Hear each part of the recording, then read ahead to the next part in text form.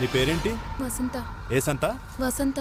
మీ నాన్న ఏం చేస్తాడు? కానిస్టేబుల్. ఒరేయ్, మా మామగారు కానిస్టేబుల్ అంటరా. కూరగాయలు గట్రా కొనాల్సిన అవసరం లేదు. కూరగాయల కోసం కక్కుర్తి పడకు, పిల్ల అందంగా లేదు.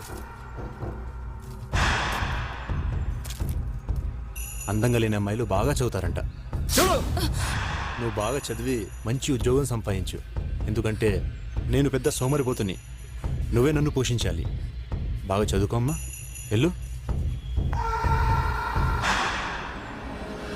అలా చూచిందిరా.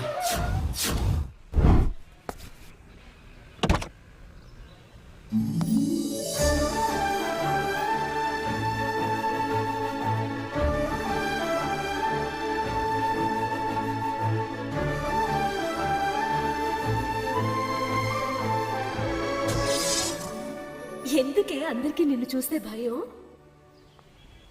ఒక మగాడు చూడని అందం ఎందుకే?